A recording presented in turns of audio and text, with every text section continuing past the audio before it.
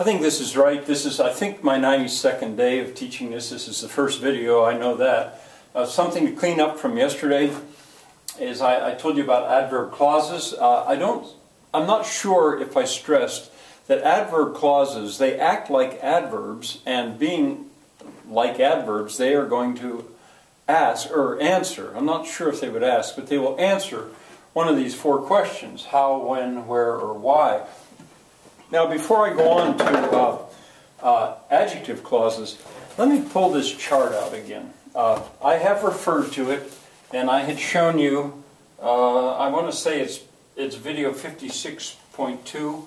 There's a further discussion of it. But here they are: how, when, where, why. Those are subordinating conjunctions. They will introduce adverb clauses. Now, they are also interrogative adverbs, yes. Well, here in red are the other subordinating conjunctions. I don't promise that this sentence, that this chart, well, I know that this chart is not perfect. But why I put them like that is because they overlap. These overlap. They can be prepositions as well. I don't think that those can. Another thing I'll show you while I'm looking here is that the function word, that, for example. When I was teaching you noun clauses, I gave an example, something like, I know that you are smart. I know you are smart. You don't really need the word that. It announces that a noun clause is coming. I don't know whether or not you are smart. That would be a function word. I explained yesterday that they're not exactly a part of speech. If can be a function word, there can be a function word. And to, leading into an infinitive, like I like to sing, to basically is the English language way of saying here is an infinitive. And I'm going to come back to this idea that the word that may be the most interesting word in the English language. There it is, in four colors. It can be an adjective. That book is great. It can be a pronoun, a demonstrative pronoun. I like that.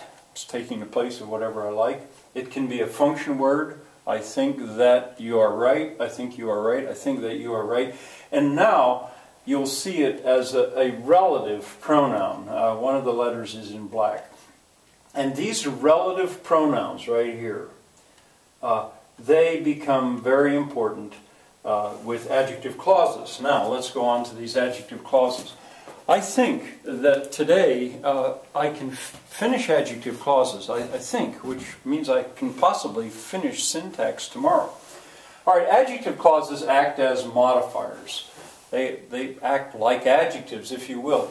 And they involve relative pronouns. QV, QV. Well, you just saw, those are the relative pronouns. They are amazing relative pronouns. They are one of the coolest things about maybe any language. I don't know, about the English language, certainly. They are amazing. I can't wait, in a way, to dive into the study of German grammar more thoroughly than I have in many years, because the relative pronouns in German are so interesting. All right, anyway, adjective clauses act as modifiers, and they involve a relative pronoun. Well, here's an example. I'm going to give you 4 examples of adjective clauses. Here's an adjective clause. Look at this. It almost looks like a foreign language, with the relative pronoun as the subject. The book which pleased me was The Hobbit. The book which pleased me was The Hobbit. Okay, well, I left out the sentence would start here with the book was The Hobbit. There's the simple predicate, or simple subject, simple predicate. There's the pair. Well, which book? The book was The Hobbit. Well, which book? The book that pleased me. The book which pleased me. Book pleased me. What you do with the relative pronoun, and why they are so cool, is because they have a role to play within the subordinate clause. It's a pronoun. Book pleased me. You connect it to its antecedent. There's the word it's taking the place of.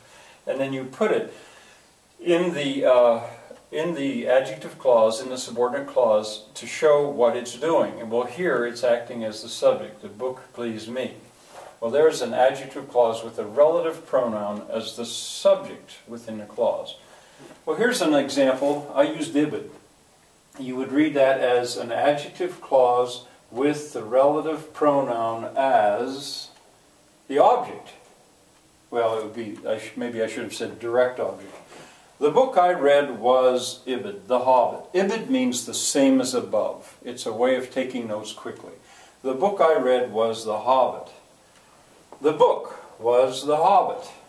It's the same as here. Which book? Well, the book I read. That's which book. You see, it's acting as an adjective. Adjectives answer what kind of, how many, how much, whose, or which one.